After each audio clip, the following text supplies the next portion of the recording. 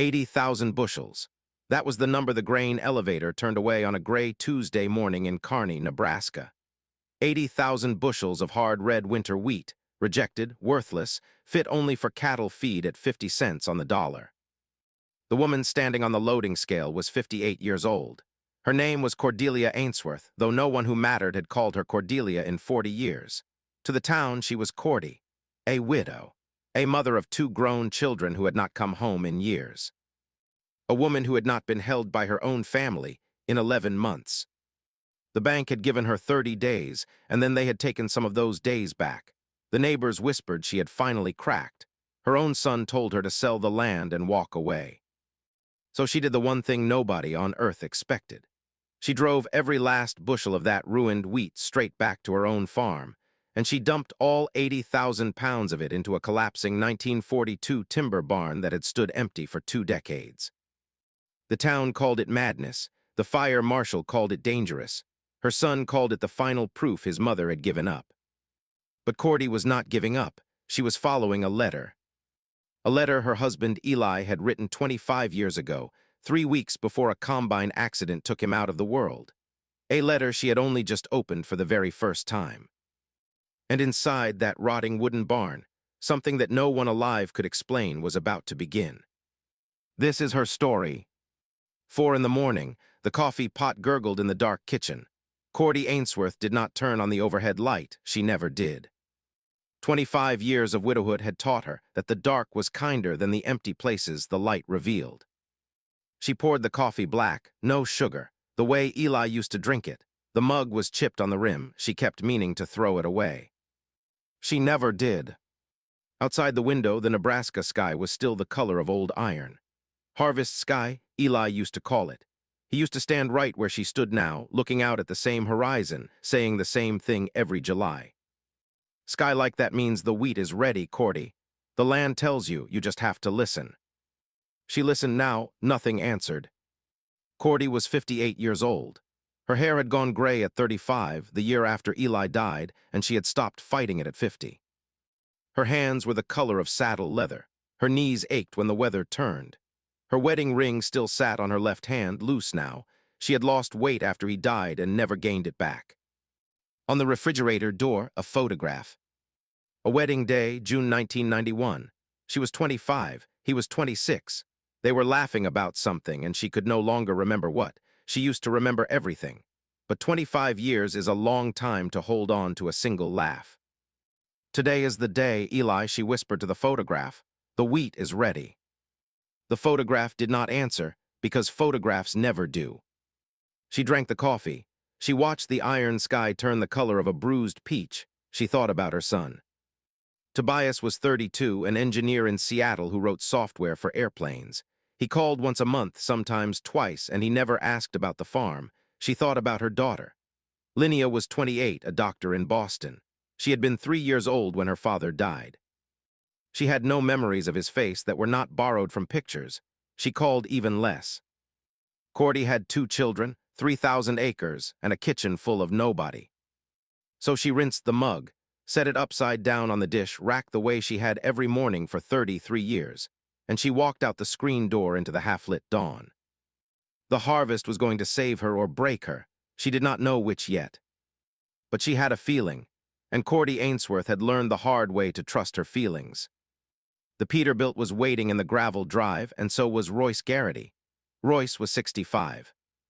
He had been Eli's best friend since the 2nd grade, sat next to him on the school bus, played catch with him in the field behind the church. He had been Cordy's foreman for 25 years. He had helped her bury her husband. He had helped her raise her children. He had helped her survive the years when she had wanted to lie down in the wheat and never get up again. He did not say good morning. He never did. He just handed her a thermos, more coffee. Doreen sent it, he said. Tell her thank you. Tell her yourself, she wants you for supper Sunday. Royce. Don't Royce me. Sunday 6 o'clock. Doreen's making pot roast, you're coming. Cordy looked at him, the crow's feet around his eyes. The gray stubble he had not shaved in 3 days. The same denim jacket he had worn since the year the Twin Towers stood whole. He was as close to family as she had within 500 miles. Fine, she said. Good. But he did not move toward the truck.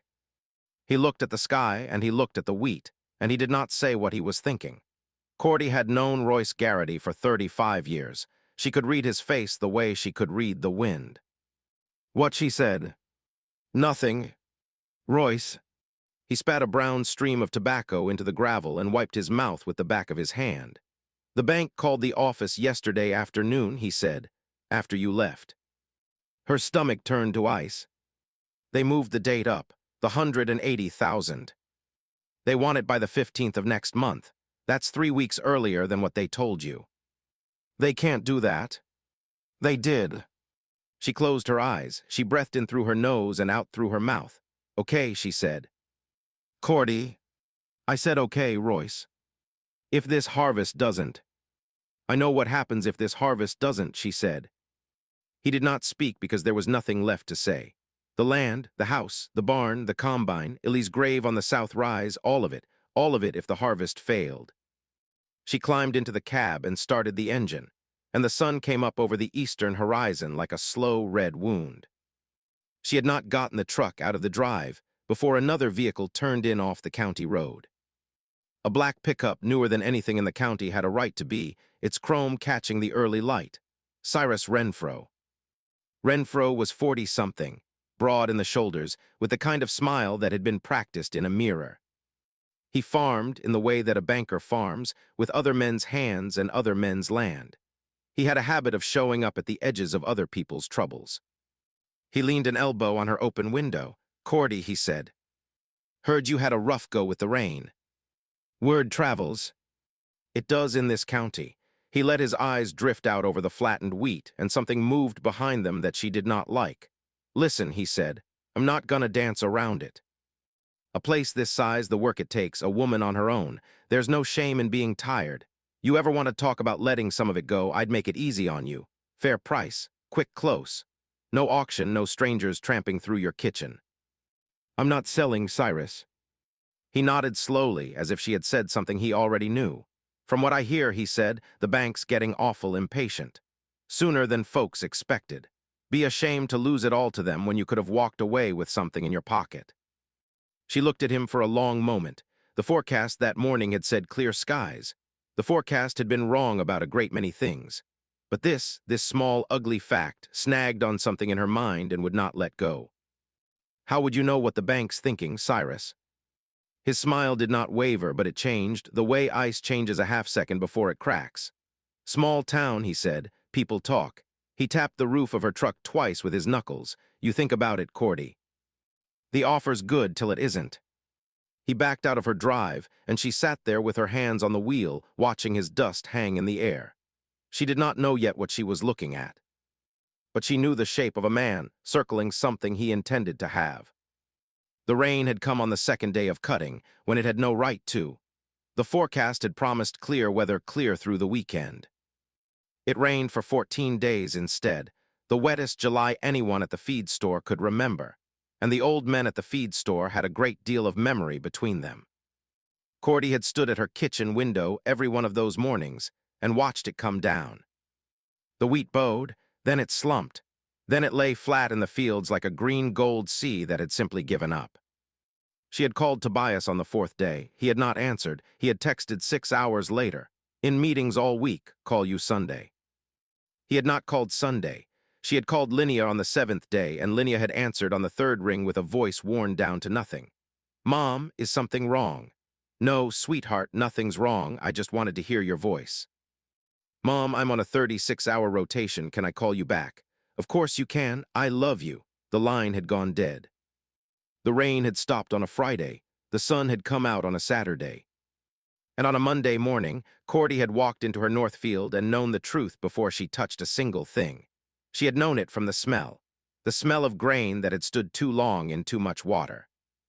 The smell of wheat that had woken up too early, that had started to sprout right there in the head, on the stalk in the open air, weeks before any harvest should begin.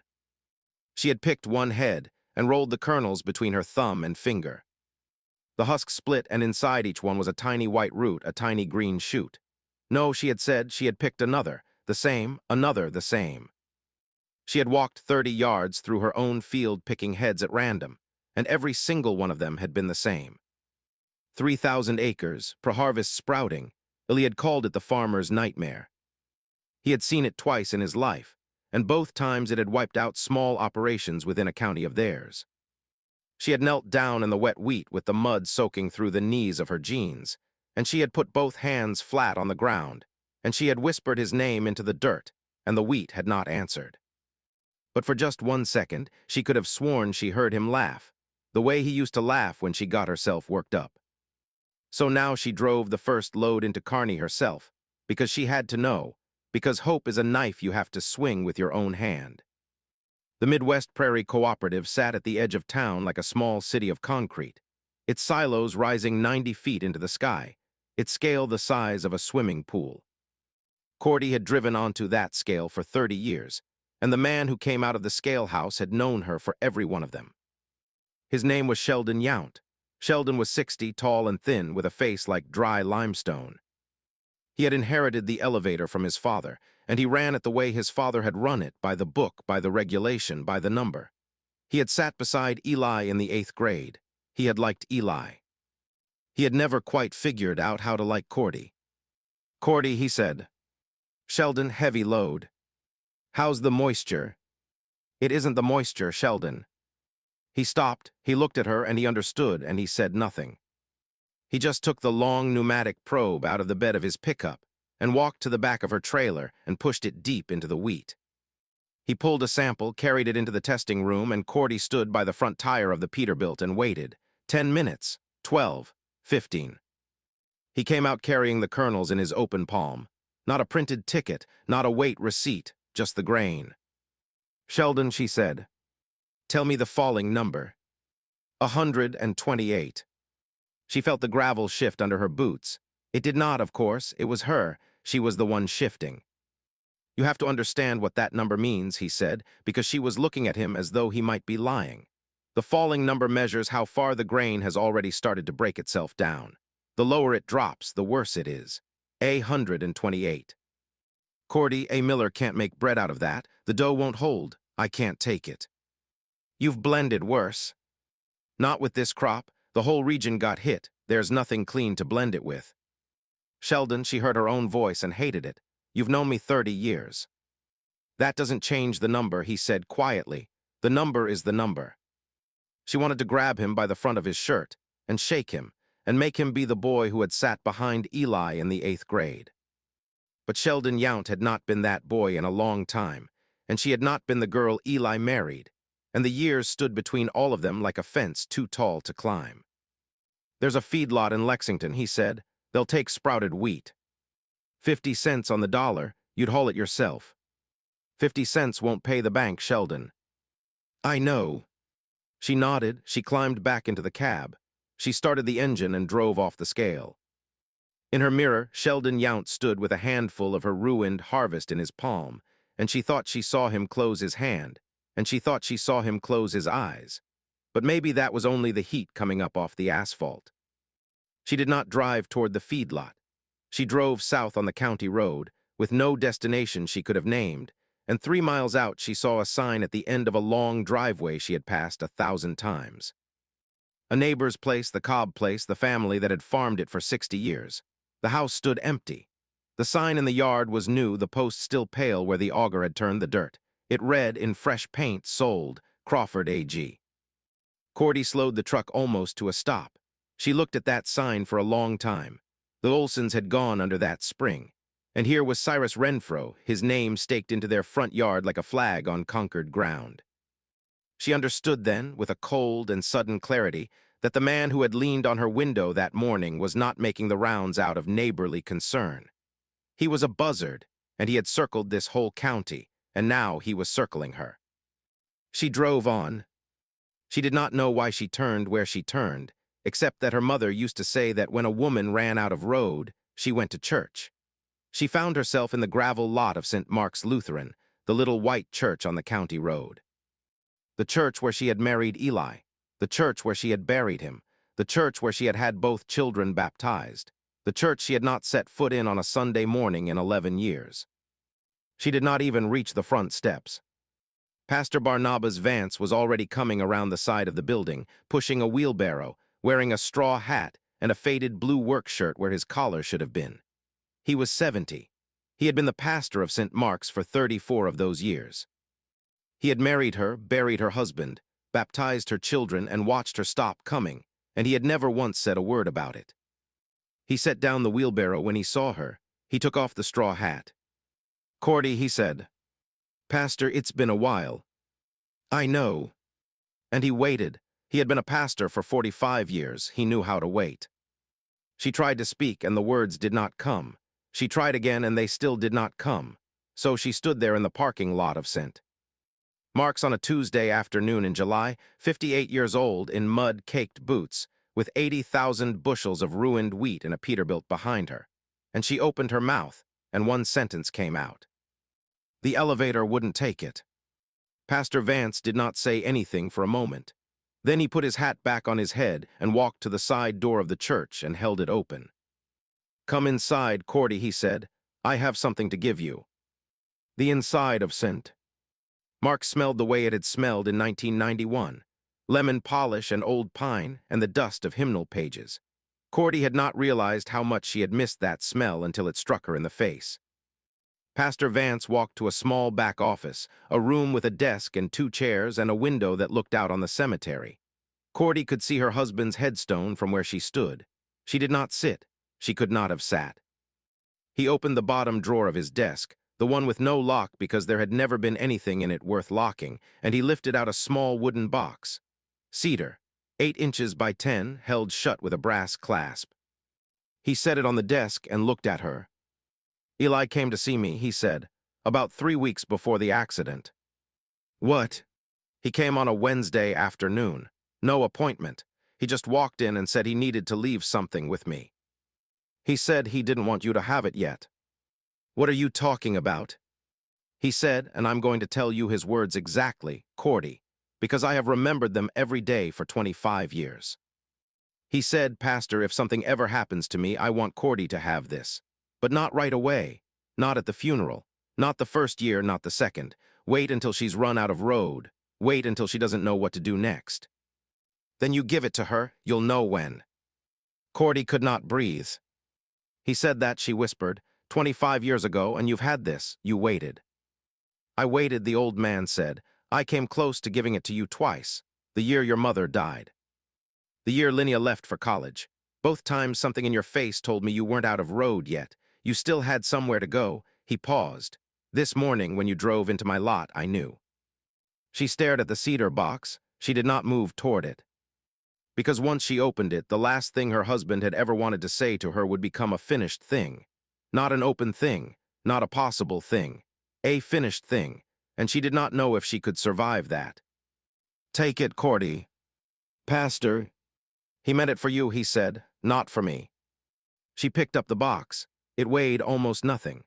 She held it against her chest the way she used to hold her babies, and she walked out of the office and out of the church and across the lot.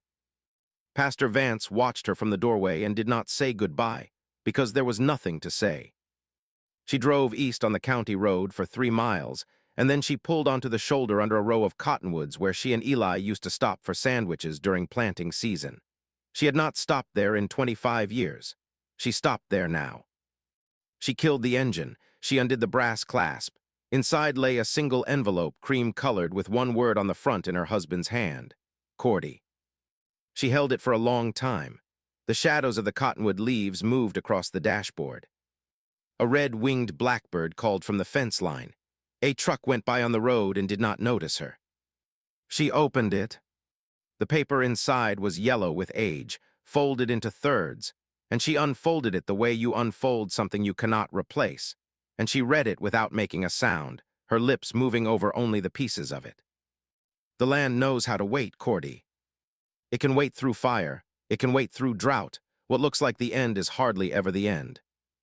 And then further down. "Go to the old barn, my grandfather's barn, the one we never tore down because I wouldn't let you. Remember how mad you were. I told you Finian knew things we've forgotten. The old way of doing things didn't die. It just got buried. There are things in that barn waiting for you to be ready to see them. I can't tell you what they are. If I told you, you wouldn't believe me. You have to find them with your own hands. And then, at the bottom, I'm with you in the wind through the wheat, yours always and through everything, Ellie.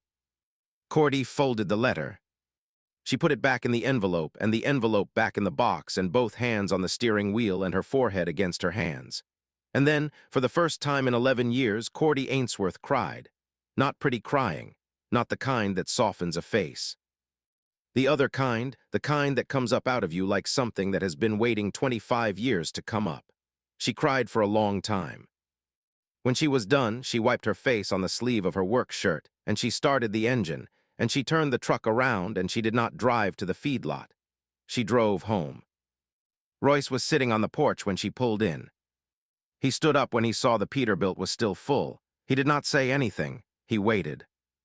Cordy got out with the cedar box in her hands. "Royce," she said, "I need you to get the skid steer and the broom and every box fan we've got in the equipment shed. And I need you to call your nephew and tell him I'll pay him $15 an hour to help us clean." "Clean what?" "The old barn." He stared at her. "The 1942 barn. That barn hasn't been used since you and I were younger and dumber. It's sagging 4 inches off plumb on the east wall. I told you a year ago it was time to take it down." "I remember. So what in the ever-loving hell do you want to clean it for?" She held up the cedar box. "Because my husband told me to." Royce did not say anything for a long moment. He looked at the box. He looked at her. "Eli told you to." "Yes." "Eli, who's been dead for 25 years. "Yes." And she told him about the elevator, about Sheldon, about the church and the bottom drawer and the cedar box. She did not read him the letter because the letter was hers. But she told him what it said about the barn, about Eli's grandfather, about the old way of doing things. Royce listened to all of it. When she finished, he sat down on the top step of the porch. He took off his cap. He scratched his head and put the cap back on.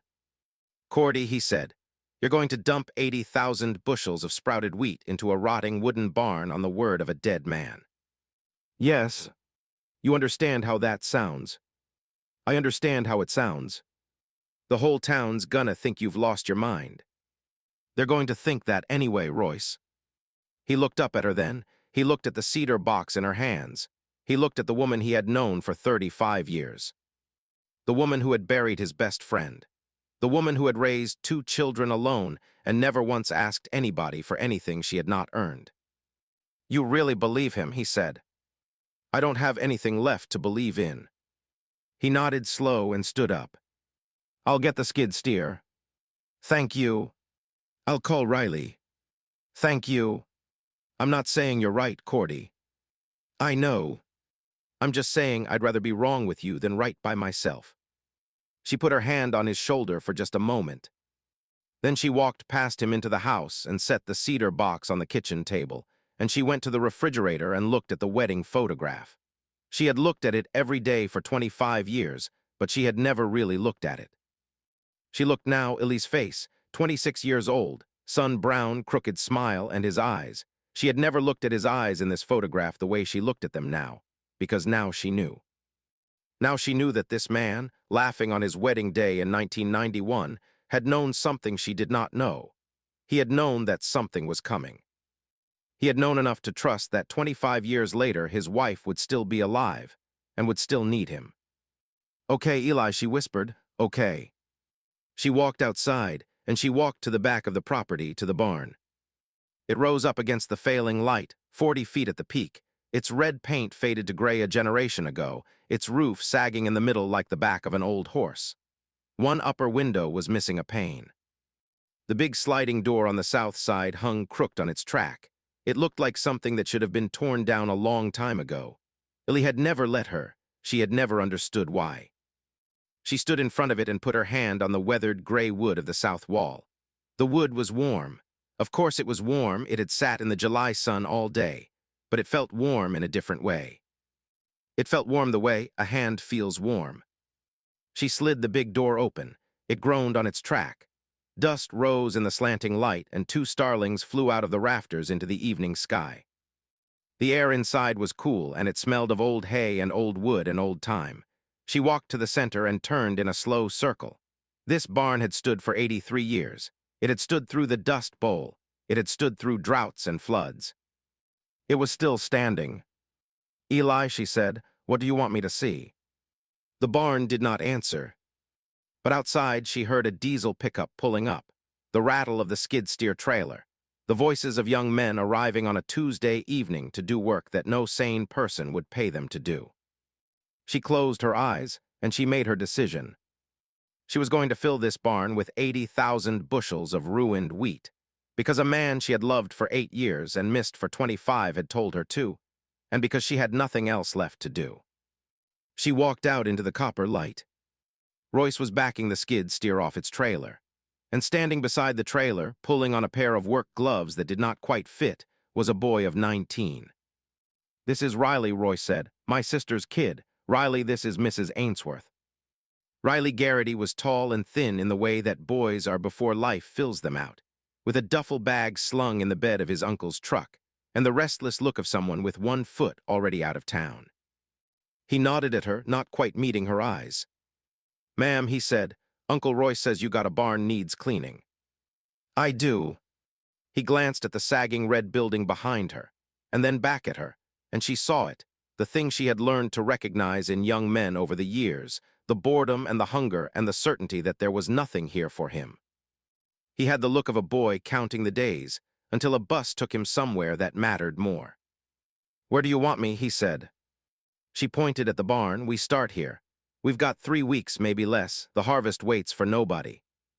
Royce revved the skid steer and drove it through the open door, and dust rolled out in great clouds, and Riley picked up a push broom and followed, and Cordy walked back to the Peterbilt to begin moving her ruined harvest into a barn that had been waiting 83 years for somebody to need it.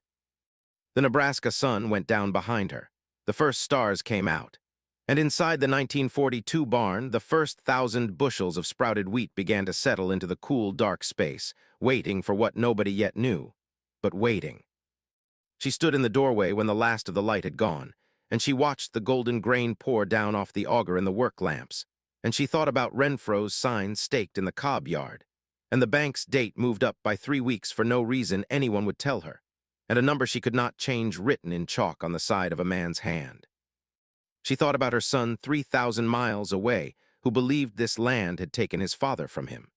She thought about a letter that had waited 25 years in a bottom drawer for the worst day of her life to arrive. And somewhere in the dark, somewhere underneath that warm gray wood, something her husband had buried with his own hands was waiting for hers to find it. 3 weeks, that was the deal Cordy made with herself. 3 weeks to get every bushel inside. 3 weeks to learn what her dead husband had been trying to tell her. 3 weeks to stop the bank from taking everything Eli had ever put his hands to. She counted the days at first, and then she stopped counting, because counting hours when you are working 20 of them is the kind of arithmetic that breaks a person. So she stopped, and she just worked. The first week was the cleaning.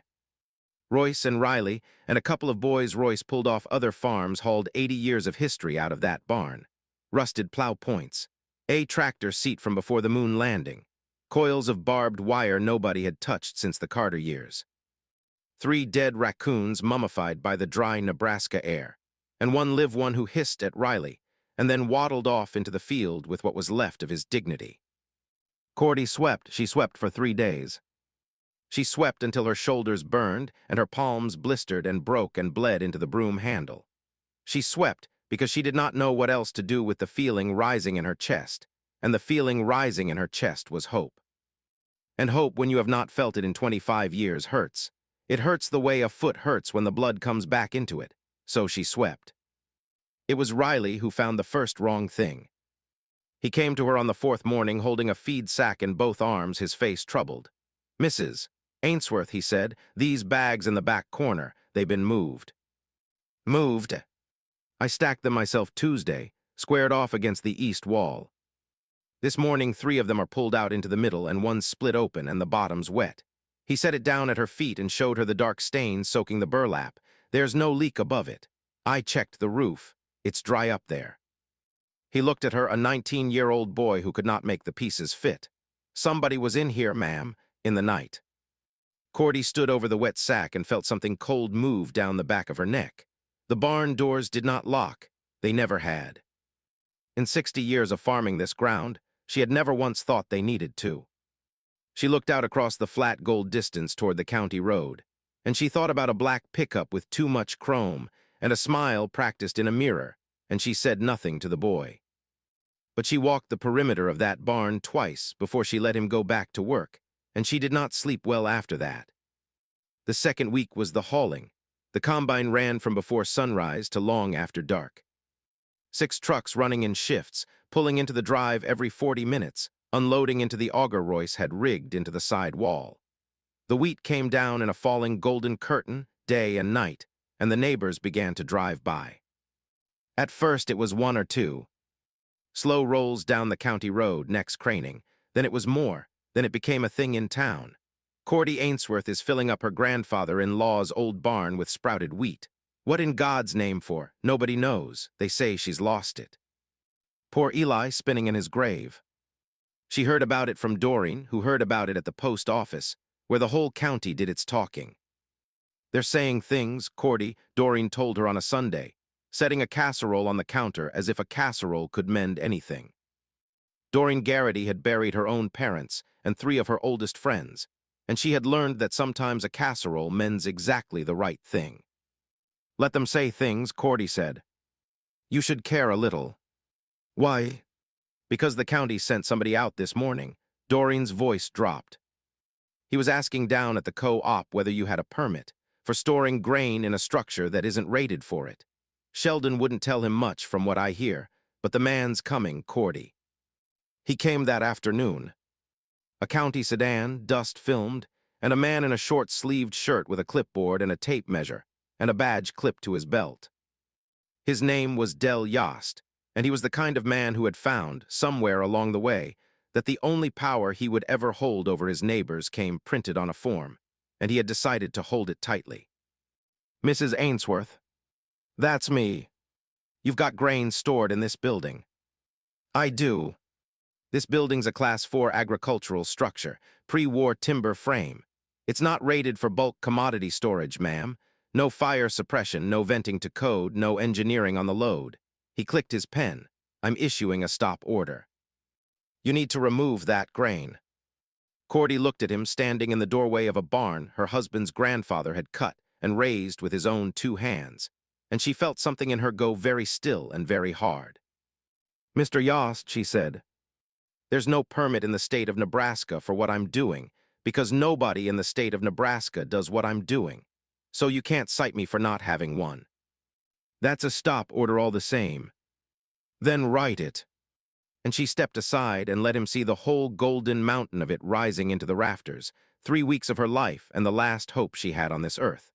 Write your order, she said, and then drive back to your office and figure out what law I've actually broken, because I'll tell you right now, you won't find one. His jaw worked. He wrote on his clipboard, and he tore off a yellow sheet and held it out, and when she would not take it, he set it on top of a feed sack and weighed it down with a stone, and he drove away. She stood in the doorway watching his dust go, and her hands were shaking, and she did not know yet whether it was fear or fury or both wearing the same face. She needed someone who knew what was happening inside that pile. She needed it more than she needed the boy with the clipboard gone. So she got on the phone and called the one office she could think of, the County Extension Service, and the woman they sent out 2 days later changed everything. Roxanne Maddox was somewhere in her middle 40s, with sun lines around her eyes and a soil thermometer already in her shirt pocket when she stepped out of her truck. She had spent 20 years walking other people's fields and telling them what was killing their crops, and she had a flat, unimpressed way of looking at things that Cordy trusted on sight. Yost sent me your way, Roxanne said. Said you were storing ruined wheat in a barn and refusing to stop. Said you were difficult. I've been called worse. Roxanne almost smiled. Show me. Cordy slid the door open, and Roxanne Maddox stepped inside and stopped. She did not say anything for a moment. She breathed in, slow, through her nose. Then she walked to the base of the pile and put her bare hand flat against it, and her flat, unimpressed expression changed by a degree. This is warm, she said. It's been getting warmer. Roxanne pulled the thermometer from her pocket and pushed it deep into the side of the pile and waited and read the dial, and a small line appeared between her brows. She walked 20 feet down the length of the barn and did it again. Then again. Each time she read the dial, the line between her brows deepened, until she finally stood up straight and looked at the pile as though it had spoken to her. "That doesn't make sense," she said. "What doesn't?" "Grain that's spoiling, it heats up in the middle, always. The core cooks and the edges stay cool, and that's how you know you've got a problem, that's how you know it's going to catch." She gestured down the length of the pile. "But this is the same temperature edge to core, all the way through, even. Like something's regulating it." She shook her head slowly. "I have walked 1,000 grain bins in 20 years, and I have never seen heat sit even like that, not by accident." She bent and took a handful of kernels and rolled them in her palm, and she put one between her teeth and bit down. And she went quiet in a way Cordy would remember for a long time after. What Cordy said, "What is it?" "I don't know," Roxanne said. "And that's the honest answer, and I don't say it often. This isn't ordinary spoilage. Whatever's happening in here is happening on purpose, in some way I can't account for standing in a dirt floor barn with a pocket thermometer." She turned to Cordy. "I'm going to pull a proper sample. I'm going to run a falling number myself, and I'm going to send a second sample to the state lab in Lincoln and get it in front of somebody who knows grain chemistry better than I do. Because I am not signing my name to Yost's stop order until I understand what I just put in my mouth." She knelt and drew her sample, careful, methodical, sealing it into a bag and writing the date across the label in a steady hand. And that small, ordinary act, a sample bag and a date and a signature, would matter more in the weeks to come than either woman could have guessed. Roxanne Maddox stood up with a paper trail in her fist and a thing that the men with clipboards could not argue with: evidence. "You've got an enemy in Yost," she said at the door, "but you've got me in your corner now for whatever that's worth. And the sweetness coming off that pile, Mrs. Ainsworth, I have never once smelled that come out of grain gone bad." She drove off toward Lincoln with the sample on her passenger seat, and for the first time since the rain, Cordy was not the only person in the county who believed there might be something in that barn worth saving. But her own children were a harder field to plow. She had not told Tobias or Linnea the half of it. She had not told them about the cedar box or the letter or what it said. She had told them only that the harvest had failed and that she was managing, and they had each heard the word managing in their own way and built a whole argument around it. She knew this because the phone rang one evening and it was Tobias, and his voice had the brittle edge it got when he had already had the fight in his head before he dialed. "Mom, I talked to Linnea." "Did you?" "We both think you need to come out here. To Seattle or to Boston doesn't matter. We'll figure it out. You can't be out there alone running a failing farm into the ground." "It isn't failing, Tobias. It sprouted in the field, Mom, the whole crop. Linnea told me what that means. There's no coming back from that. And now there's people on the internet talking about my mother dumping garbage into a death trap." He took a breath, and the brittle edge cracked into something underneath it, something younger. "I can't lose you to this place, too. Do you understand that? I already lost Dad to it. I'm not burying you in that same dirt." There it was, 25 years in one sentence. The thing none of them ever said out loud, said now, 3,000 miles down a phone line by a son who had been 4 years old riding on his father's lap on the tractor, and had not climbed up onto one since he was 16. Cordy sat down at the kitchen table. She closed her eyes. "Tobias," she said, "your father did not die because of this farm." "Mom," "He died because a steering shaft on an old combine sheared, because of a piece of metal that was 19 years old. The farm didn't kill him. The farm was just where he was standing when it happened. There is a difference, and I am sorry I let you grow up not knowing it. I was too tired and too sad and too alone to give you what you needed back then.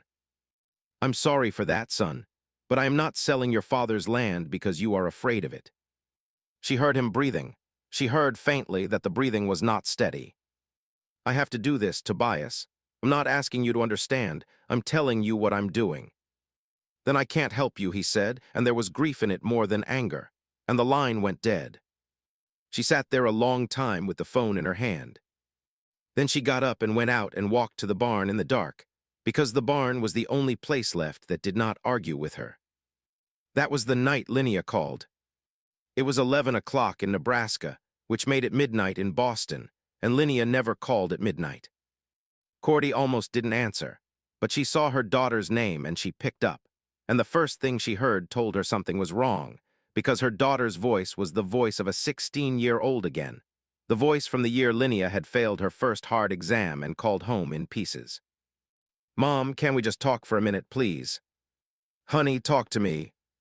And Linnea talked about a patient, a little girl 7 years old with something growing inside her that the medicine could not reach.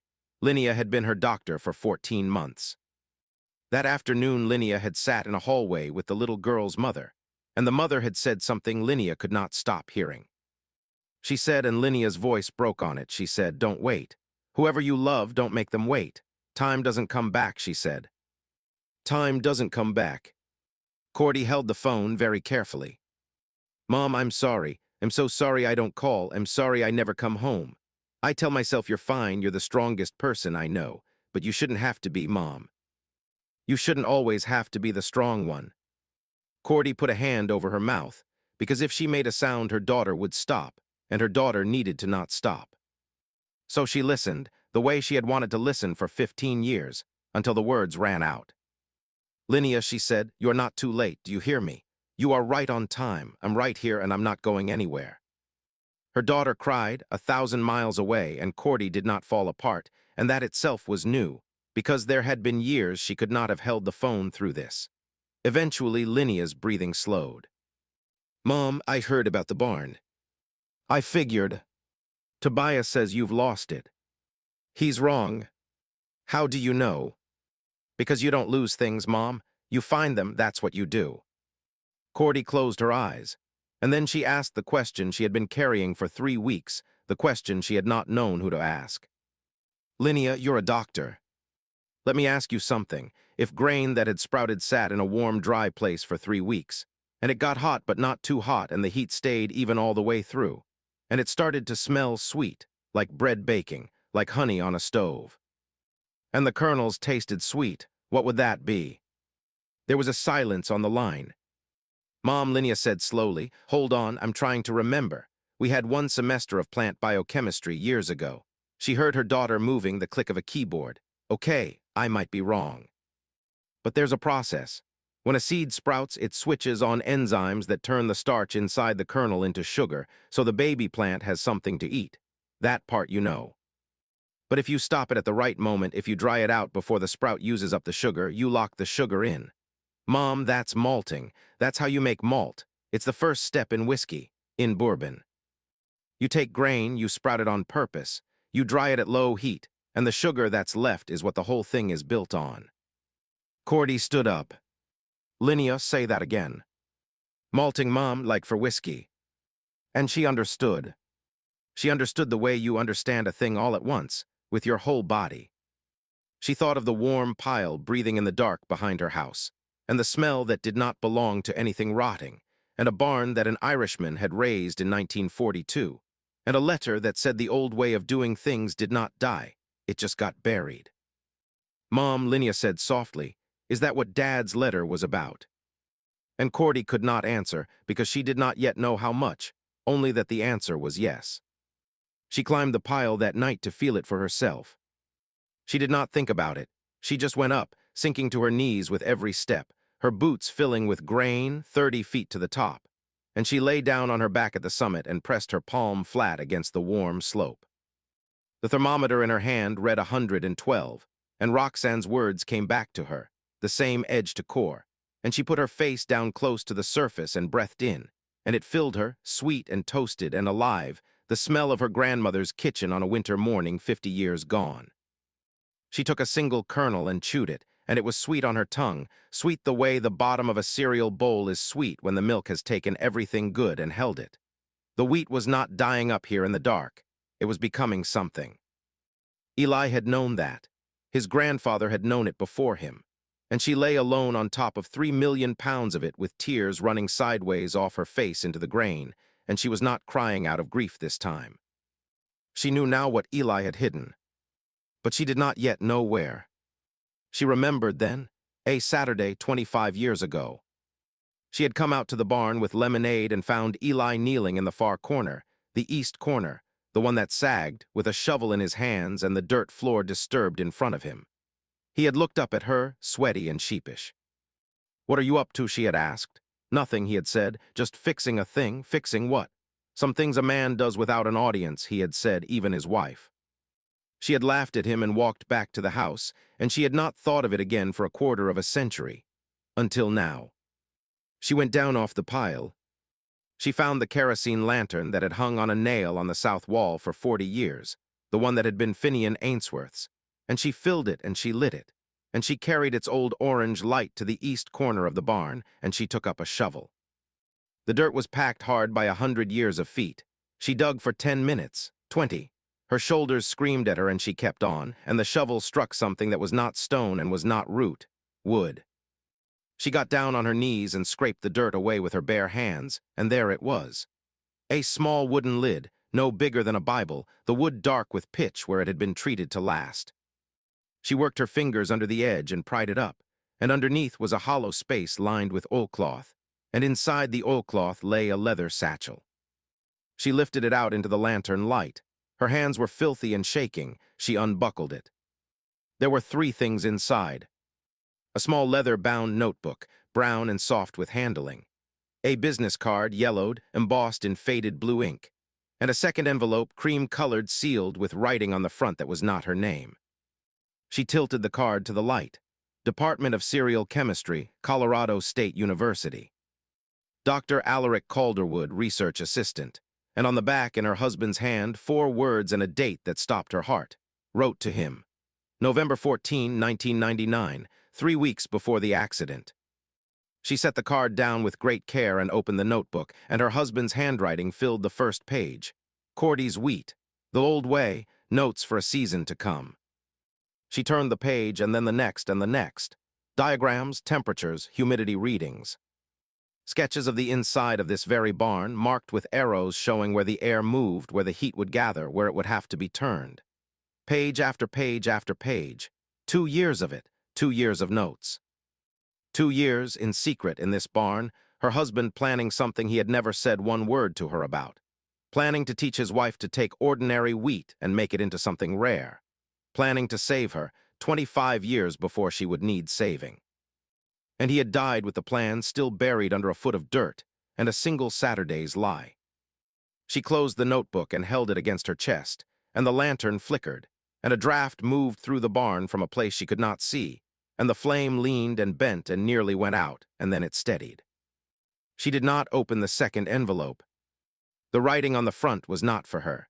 She held it to the orange light and read the 4 words again, and they put a strange ache in her, equal parts grief and something almost like hope. To my children when they come home. She sat down hard on the dirt floor with the satchel in her lap, surrounded by 3 million pounds of slowly waking grain, and she understood that she now had a name and a city and a thread to pull. She got up. She blew out the lantern. She walked back to the house in the dark, and she sat down at the kitchen table, and she typed the name into the glowing screen with 2 filthy fingers. Alaric Calderwood, Cereal Chemistry, Fort Collins. The screen loaded, and there he was, Dr. Alaric Calderwood.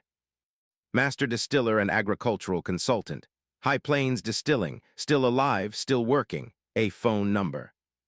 She looked at the clock on the stove. It was 2:37 in the morning. She picked up the phone and she dialed, and it rang 4 times, and a recording answered, a man's voice, warm and unhurried. "You've reached Alaric Calderwood. Leave a message." The beep. "Dr. Calderwood," she said. "My name is Cordy Ainsworth. I'm calling from Kearney, Nebraska. 26 years ago, my husband, Eli Ainsworth, wrote you a letter. He asked you about malting, about the old way. I don't know if you ever wrote him back. He died 3 weeks after he mailed it, and I never knew the letter existed until tonight." She paused and steadied her voice. "I have 80,000 bushels of wheat that sprouted in the field. The elevator wouldn't take it. I put it in my husband's grandfather's barn because he left me a letter telling me to, and it's been there 3 weeks, and the kernels are sweet, and it smells like honey and toasted bread, and I think it might be malting. I'm not a chemist. I'm a farmer. I'm 58 years old, and the bank is going to take my farm if I can't sell this grain to somebody who knows what it is. If you can help me, please call me back." She left her number, she hung up.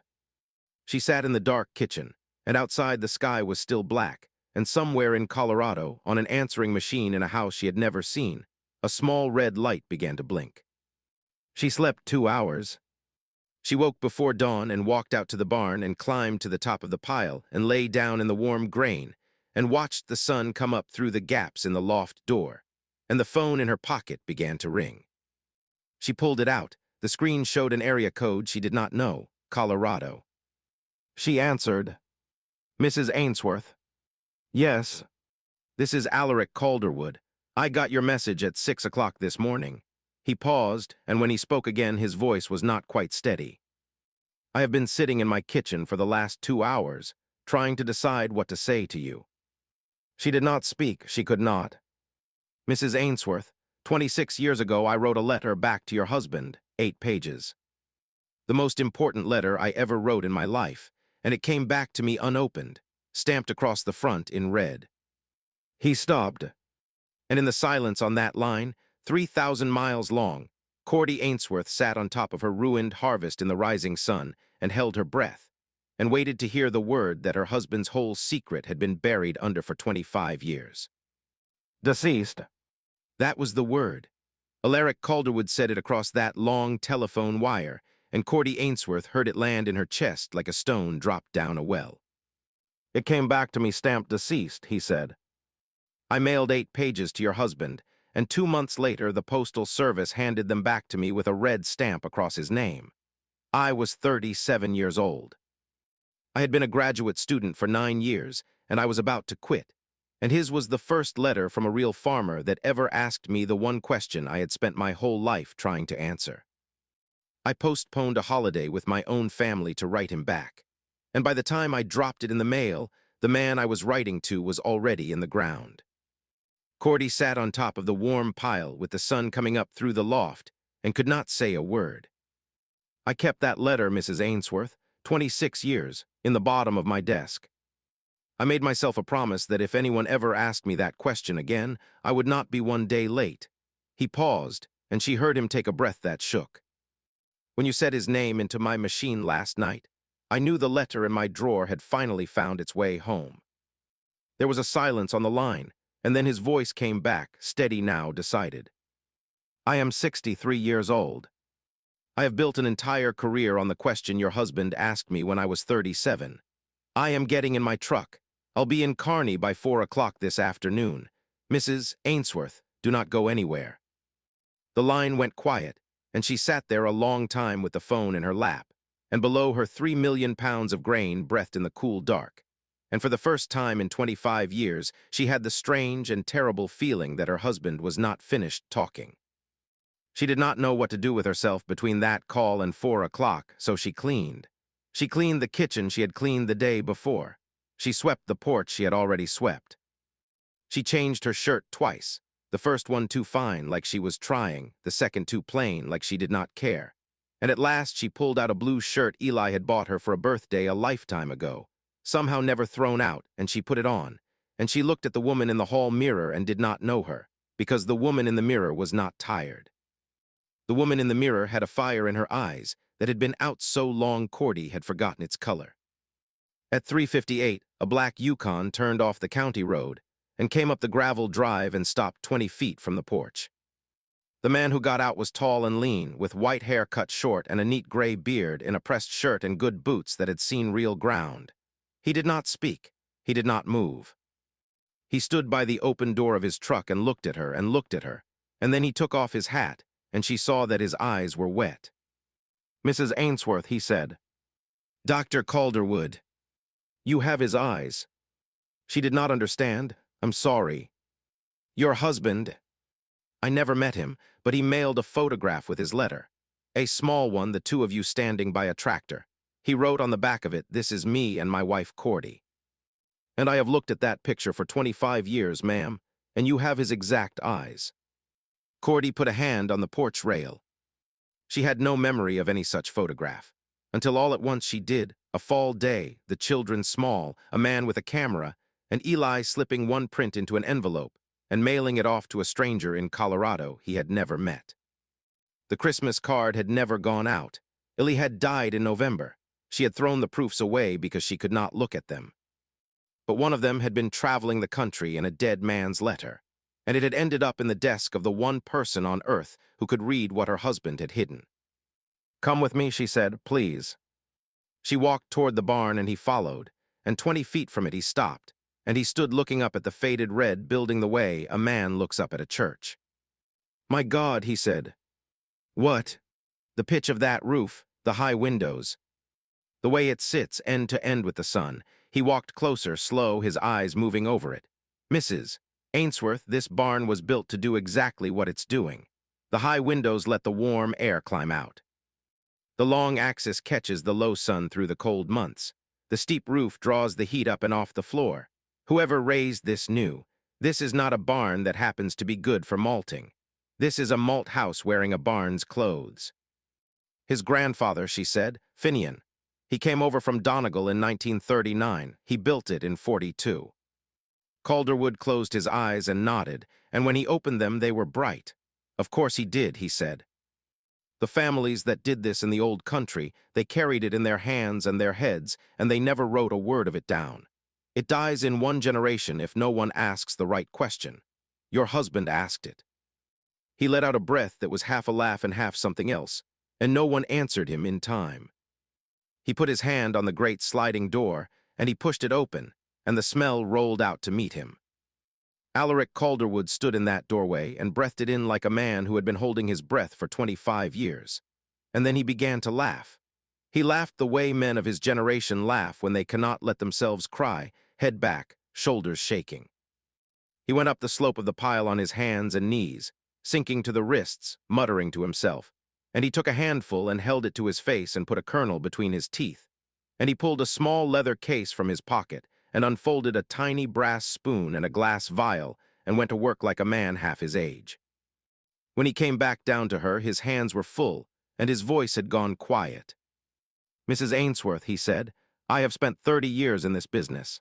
I have walked every serious malting floor in this country. I have written papers trying to describe what is in this barn, and I have stood in laboratories where we spent more money than your farm is worth trying to make it on purpose, and we get close." He held up the vial and shook it gently. "We never quite get this. This is the thing we cannot manufacture. Wheat that woke up in the head, cured slow in old oak, the wood breathing into it, the heat holding even on its own." He looked at her. "I have wanted to put my hands in a pile like this my entire life. And here it is, in a barn in Nebraska, 80,000 bushels of it, because a widow believed a letter." Cordy heard the word and made herself stay standing. "How much?" she said. He did not pretend not to understand. He reached into his truck and drew out a leather portfolio, and he set it on the tailgate and opened it. "Mrs. Ainsworth, I started writing this contract at 6:15 this morning. About 10 minutes after I heard your voice on my machine. I have been a fool about a great many things in my life. I am not going to be a fool about this." He talked her through the numbers. Commodity wheat was trading down near $4.50 a bushel. His consortium would pay 14. Exclusive rights, the whole 80,000 bushels. He said the figure plainly, $1.12 million, and Cordy's heart began to do things in her chest she had no name for, and her face did not move, because she had been raised by a father who taught her to read every contract twice before she let it change her life. So she read it, and then she stopped reading because there was a paragraph in it she had not expected, and she looked up at him. "There's a holdback here," she said. "There is. You're not paying the whole thing on signing." "No, ma'am," he said. "And I want you to understand why, because it protects you as much as it protects me, and a woman in your position should never sign anything she doesn't understand." He laid his finger on the page. "We pay a deposit into escrow the moment you sign. That money is real and it is yours and the bank can see it. The balance pays out when the grain is loaded and intact, after an independent laboratory confirms what we both already know it is." He looked at her steadily. "You already started that paper, Mrs. Ainsworth, whether you knew it or not. A woman from your extension office pulled a sample and sent it to Lincoln with her name and a date on it. That is the first link in the chain. When Lincoln comes back, and when my lab confirms it, this becomes the easiest money anyone ever paid you. I am not asking you to trust a stranger. I am asking you to trust a process that has your neighbor's signature already on the front of it. Cordy looked at the page for a long moment, and she thought of Roxanne Maddox sealing a bag in a dirt floor barn and writing the date across it in a steady hand, and how that small, careful act was now standing between her and the end of everything. She signed. He signed beneath her. He tore off a copy and put it in her hands, and at 27 minutes past 4 on a Tuesday afternoon in July, Cordy Ainsworth became something the bank could not touch. She did not feel like a wealthy woman. She felt like a woman who needed to sit down on the tailgate of a stranger's truck. But Calderwood was not quite finished. He reached into the portfolio one more time and drew out something that did not belong with contracts. It was old and yellow, and folded so many times the creases had begun to wear through. I told you I kept it, he said. He held it out 26 years. She took it. She did not unfold it all the way. She opened it just enough to see the top of the first page, Colorado State University letterhead, and a date, December 3rd, 1999, and the first line. Dear Mr. Ainsworth, thank you for your letter of November 14th. Your question is, in fact, the subject of my doctoral work. She did not read the rest. She did not need to. She folded it back along its worn creases and pressed it flat against her chest. And she understood, fully now, in a way she had not the night before, that her husband had not died alone in a field with the conversation unfinished. He had died in the middle of it. He had asked a question into the dark, and the answer had been coming toward him the whole time, and it had simply arrived 25 years late, and here it was in her hands in his grandfather's barn, finally home. Thank you, she said, just that, thank you. He nodded. He did not say anything because there was nothing to say.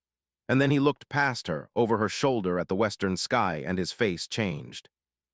Mrs. Ainsworth, he said. The radio was warning about weather all the way up from Colorado. She turned and looked. The sky over the far fields had gone a color she knew, a low green bruise of a color. The color the sky goes about an hour before something very bad arrives. The color that had taken the roof off the original farmhouse the year before she was married. What kind of weather, she said, though she already knew. Derecho, he said, a wall of straight-line wind that runs for hundreds of miles without breaking. He looked back at the barn and at all that grain, and the math moved across his face. Mrs. Ainsworth, I cannot take the wheat tonight. My trucks are still a day out, and the contract is built on that grain being intact when we load it. I know. If that roof goes. I know, she said, and she was already walking, fast, toward the equipment shed, toward the rolls of poly tarp, because the contract that had saved her was worth nothing if the storm reached the grain before the trucks did. Royce and Doreen were in the drive within 20 minutes. Royce had heard the warning on the radio and come without being called, a roll of heavy plastic over one shoulder and a battery stapler in each hand. Doreen had brought sandwiches, because when the sky turns that color you eat now or you do not eat for a long while. Riley came at a run from the field. And Calderwood, 63 years old in his good boots, shed his pressed shirt for one of Royce's work coats and rolled up his sleeves and asked where he could put his hands. The wind had begun in the cottonwoods, a low, restless sound that was not yet a roar. Cordy stood in the open doorway and looked up into the loft, 18 feet over the grain, at the high windows where the warm air had been climbing out all these weeks, at the tin sheeting already loose in 3 places. If the wind reached 80 miles an hour, that roof would peel off the rafters and lay the whole pile open to the rain. The leaks would not start outside. They would start at the inside seams, and the only way to stop them was to seal them from within. She turned to Royce. I need to go up there. No. There's no other way, Royce. The seams are on the inside. Any tarp we throw over the outside tears off in 30 seconds in that wind. We do it from the loft or we don't do it at all. You're 58 years old. I know how old I am. You're not climbing into that loft. I'm not climbing the rafters, she said. The loft has a floor and a rail. I'm asking you to help me, Royce, not to stop me. He chewed the inside of his cheek and looked at her, and looked at the green sky, and looked at the barn his best friend's grandfather had raised, and something in him gave way to something else. You wear a rope, he said. I tie it. The rope goes around the beam and comes down to me, and if anything so much as cracks, you drop the stapler and I haul you out. Promise me. I promise. Say it back to me. I promise, Royce. If it cracks, I let go and you pull. He nodded once. Then he said, very low, Eli would have my hide for this. Eli would understand, she said. The first true gust hit the side of the barn at 6:43 and made the whole frame groan. Royce tied the rope around her waist with a knot his own father had taught him, clean nylon, strong enough to hold a steer, and ran the other end up over the cross beam and down to where he planted his boots. Calderwood stood beside him as a second pair of hands on the line. Doreen stood in the doorway with a flashlight, and up in the loft, already crouched against the wind with a roll of plastic across his back and a stapler in his fist, was Riley. Cordy looked up at the boy. The same boy who 3 weeks ago had stood in her drive with a duffel bag in his uncle's truck and 1 foot out of town, counting the days until something somewhere mattered more than this. He was not counting now. He was 19 years old and soaked to the skin, and he had climbed into the most dangerous corner of the whole place before anyone told him to, and he reached a hand down through the dark to help her up the last rung. I got the high seam, ma'am, he shouted over the wind. You take the low one, we'll meet in the middle. She climbed up onto the planks beside him, and the two of them went to work. The wind outside became a roar, and then the roar became a thing with a voice, and the barn screamed back at it. Every old oak beam that Finian Ainsworth had cut from the south timber in 1942, doing what it had done in every storm for 83 years. Holding, Cordy crawled to the lowest seam where the first water was already coming through in a dark thread, and she pressed the plastic up against the inside of the roof and fired the first staple. It held. She fired the second. It held. A gust hit the building so hard the loft floor shifted under her knees, and she slid and felt the rope catch her and heard Royce bellow her name from below, and she did not fall and she kept stapling. Across the loft, Riley worked the high seam, a dark shape against the streaming dark, and they moved toward each other inch by inch through a storm that wanted the roof off and the grain ruined and the contract void. She thought of nothing and everything. She thought of a number written in chalk on a man's hand. She thought of her son's voice cracking down a crackling phone line. She thought of a little girl in Boston who would not see another harvest, and a mother in a hallway saying, "Do not wait." She thought of Eli kneeling in the corner of this barn with a shovel and a secret, 2 years of nights, planning to save her from a storm he could not have known would come. She stapled. She stapled. She stapled. The wind hit 80. The barn held. The two of them met in the middle of the loft with their seams sealed, and Riley grabbed her wrist and held on, and they waited it out together up there in the roaring dark. The storm broke at 1 in the morning.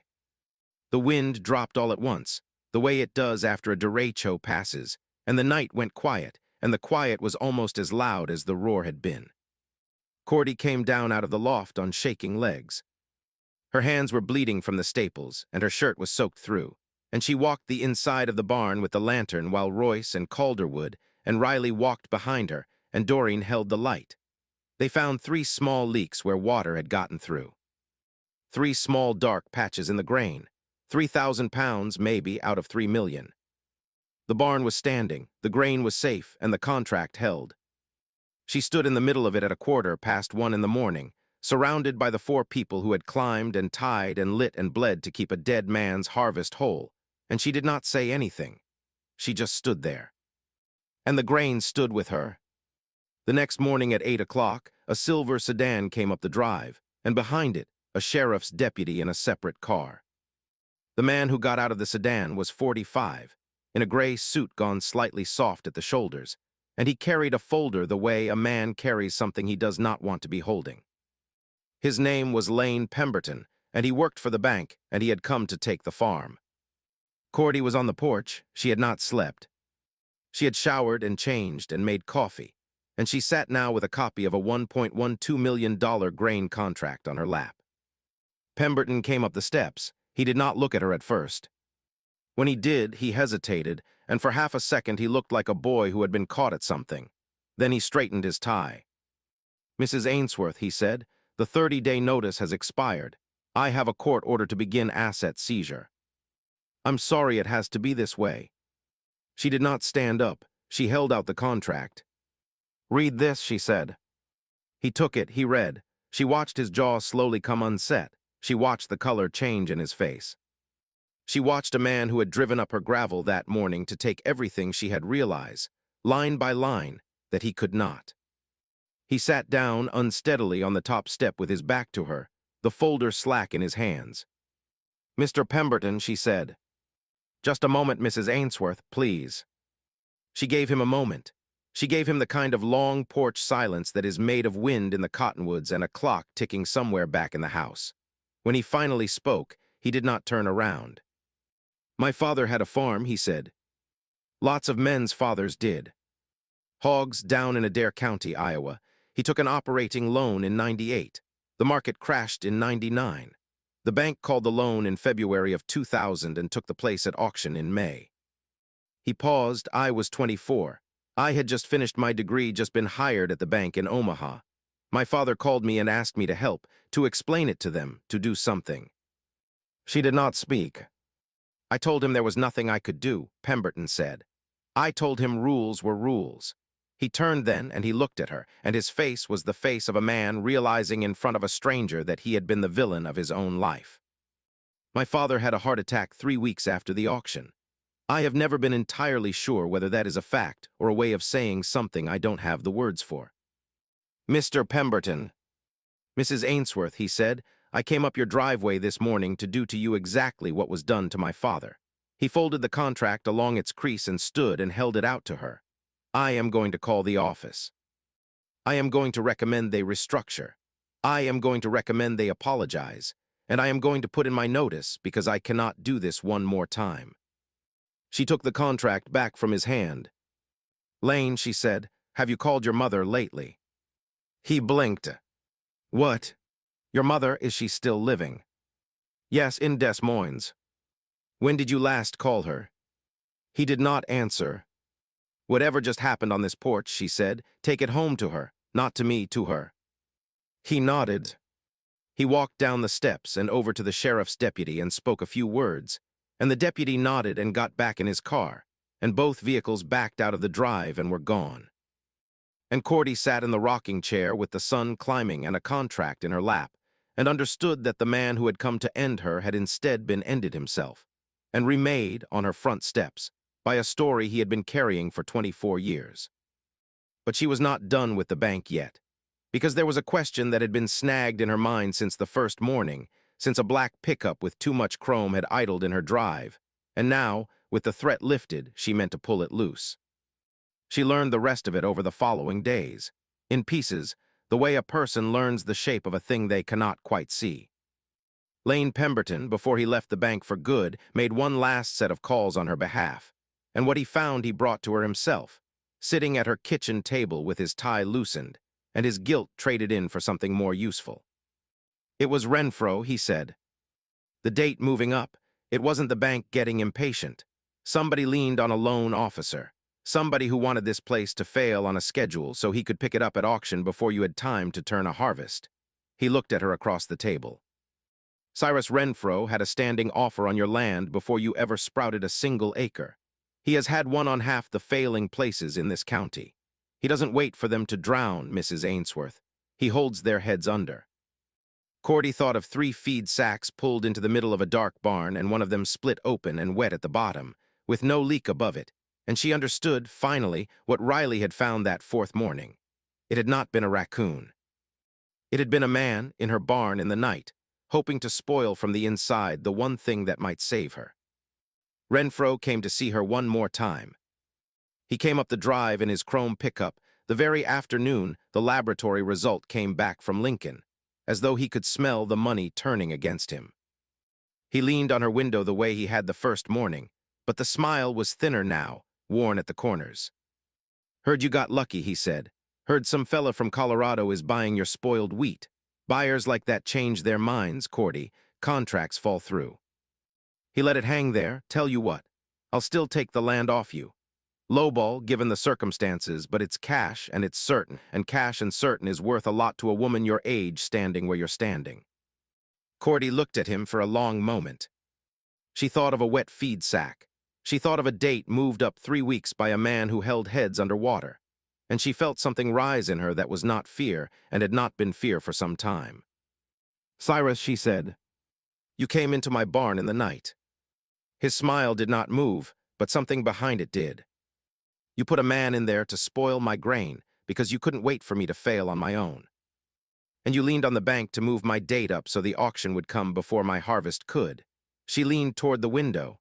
"I know all of it now. And so does the man who used to work for your loan officer." She let that land. "So you can take your lowball and your cash and you're certain, and you can get off my land. And if I ever find your truck at the end of my drive again, the next conversation you have won't be with me. It'll be with the county." For the first time, the practiced smile failed him entirely.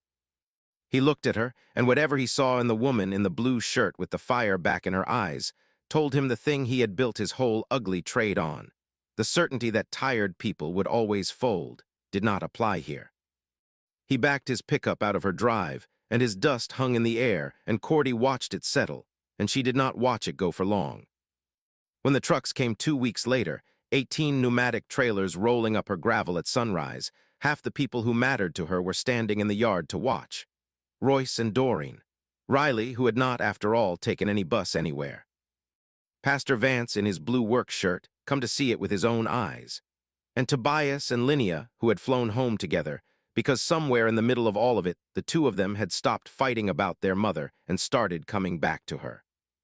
The grain flowed, and on the second day of it, Sheldon Yount's truck pulled over on the county road across from the farm.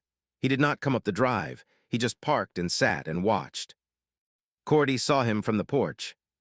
She walked down the drive and across the road and stood at his open window. Sheldon did not look at her. "Eli was my friend," he said. She said nothing. "From the 8th grade, from the desk behind his, from the ball field after the last bell. I held his glove the day he got married to you. He looked straight ahead out the windshield at the trucks. And the day his widow brought me a load of grain, I told her no, by the rules. I told her no." He finally turned and his eyes were wet. "I have not slept right since, Cordy. 3 weeks. I keep seeing your taillights pulling off my scale." "Sheldon," she said, "look at me." He looked. "The number was the number," she said. "You did your job. And if you had taken that load, none of this would have happened. It would have been blended and ground and sold for nothing to a flour mill in Kansas City. Illy's letter would still be in a drawer. That man from Colorado would still be alone with his 8 pages. My children would still be in their cities, and I would still be in that kitchen by myself." She reached through the open window and put her hand on his shoulder. "You did your job, Sheldon. And by doing it, you made room for everything else to happen." He could not speak. He nodded and put his hand over hers for a moment, and she let go and walked back across the road, and she did not look back, because some kinds of forgiveness are better given walking away. That evening, when the trucks had gone for the day, she found her son standing alone at the edge of the harvested field where the south rise climbed toward his father's grave. Tobias had not climbed onto a tractor since he was 16. He had spent half his life believing this dirt had killed his father, and the other half a country away from it. He stood now with his hands in his pockets, looking out at the land in the last of the light, and Cordy came and stood beside him and did not say anything for a while. "I was wrong," he said finally, "about the farm." "You were a boy who lost his father," she said. "You weren't wrong, you were hurt. There's a difference. I should have told you the difference a long time ago." He was quiet. Then he said, very low, "I keep thinking about him kneeling in that barn. 2 years of nights, planning all of it. For you." He shook his head. "I spent 20 years angry at a piece of ground, and the whole time he was down on his knees in the dark trying to take care of you from the other side of it." Cordy reached into her jacket then, and she took out the second envelope, the cream-colored one she had carried since the night she dug it out of the dirt, the one with the writing on the front that was not her name. She had not opened it. It had never been hers to open. She held it out to her son. He took it, he read the front. "To my children when they come home," and his hand began to shake. Linnea came up the rise toward them through the stubble, drawn by something she could not have named, and Tobias did not open it until she reached them. And then the two of them opened it together, their heads bent over their father's handwriting in the failing light. The brother and the sister who had been 7 and 3 when he died, Reading words a dying man had buried in the ground for a homecoming he trusted would happen even though he would not live to see it. Cordy did not read over their shoulders. She watched their faces instead, her sons and her daughters, and she saw the thing she had waited 15 years and more to see move across both of them at once. And she knew that whatever Eli had written there had reached across 25 years and a foot of Nebraska dirt and finally brought them home. She left them on the rise with their father's letter and walked back down toward the house alone, and the sky did its old slow turn from rose to gold, and she did not feel alone walking down it. She had not felt alone for some time. 3 years passed. Royce slowed down, but not much. Doreen still brought casseroles. Pastor Vance still preached and still kept things in the bottom drawer of his desk for people who were not yet ready to know them. Lane Pemberton left the bank 6 weeks after that morning on the porch. He drove home to Des Moines for his mother's 70th birthday and has not missed a Sunday call to her since. He consults now, for free, with farmers in trouble across 3 states, and 2 of them this year made it through who would not have. Sheldon Yount retired the following spring. He visits his grandchildren in Lincoln twice a month. He bought himself a yellow Labrador puppy and named her Cordy, and pretends to be embarrassed about it when he sees the real one in town, and is not embarrassed at all. Cyrus Renfro's name came off a good many signs around the county after that year. The bank he had leaned on took a long look at how some of its dates had been getting moved, and a quiet thing became a less quiet thing, and his appetite for other people's drowning farms cooled considerably. The Cobb place sold to a young family instead. Riley Garrity never did leave. He found the thing that mattered more than the bus, and it turned out to be here all along. He runs the floor now at the new building, the one that stands behind the original barn, and he can read a pile of grain with his bare hand the way the old man who raised that barn once could. Because the farm grew a new heart. The 1942 barn was restored. Gently, every original oak beam left where Finian Ainsworth set it, and turned into a small private museum that schoolchildren visit in the fall. And behind it now stands a climate-controlled malting facility, modern, precise, designed by an engineer named Tobias Ainsworth, who moved his business home to Omaha and drives the 3 hours out one weekend a month and climbs onto a tractor when he comes. Linnea runs a family practice in Kearney now and comes for Sunday supper every week. The Ainsworth farm supplies barn-malted specialty grain to 47 craft distilleries across the country, and Roxanne Maddox, who never did sign that stop order, consults on every batch. On a Saturday afternoon in late September, a wooden crate arrived at the farm by courier from Colorado. Cordy signed for it on the porch and carried it inside and set it on the kitchen table, and she called Royce and Doreen, and she called Pastor Vance, and she called Tobias and Linnea, and they all came and stood around the table while she worked the lid loose. Inside, packed in straw, was a heavy glass bottle. The label was cream-colored, hand-printed, Ainsworth Reserve, barn-malted hard red winter wheat whiskey, Illy's Harvest, aged 3 years, and below that, smaller, double gold, San Francisco World Spirits Competition. Tucked against the bottle was a card, and on it, in Alaric Calderwood's hand, only a few lines. They said the wheat was ruined. We knew better. They said you were finished. We knew better. They said the letter was 25 years too late. We knew better. To the harvest, Alaric. Cordy read it once to herself, and set it down, and no one spoke. She went to the cupboard and took down 5 small glasses. She poured a finger of whiskey into each, and she put one into Royce's rough hand, and one into Doreen's, and one into Pastor Vance's, and one into Linnea's, and one into Tobias's, and she kept the last for herself. Then she went to the refrigerator and took down the wedding photograph from June of 1991, and she carried it to the table and set it upright in front of her glass, the 2 of them laughing about something neither of them could remember. She lifted her glass to it. To Eli, she said. To Eli, they answered, the old man and his wife, the pastor, the son, and the daughter. And to every man and woman, she said, who was ever told the best part was already behind them. And to the ones who planted what they never lived to harvest. She drank, she closed her eyes. And the whiskey tasted of every single thing it had been.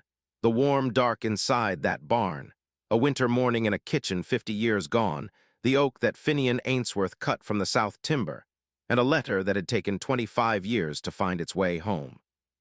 It tasted like saying yes when the whole world said no. She opened her eyes. The kitchen was warm and full of gold light. Her son's hand was on her shoulder. Her daughter's hand was in hers. Royce and Doreen stood together by the sink, and Pastor Vance was wiping his eyes with a handkerchief he had owned longer than her children had been alive. Outside the window, the September sun was going down across 3,000 acres of wheat that belonged, free and clear, to the Ainsworth family. Cordy looked at the photograph on the table. She did not need to say anything. Because somewhere out past the glass, in the wind moving through the cottonwoods, she could hear her husband laughing, the way he used to laugh when she finally worked something out.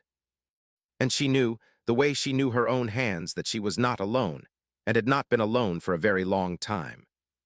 She lifted her glass one more time to a man who had been gone 25 years and had never, for one single day, stopped taking care of her. She smiled at him.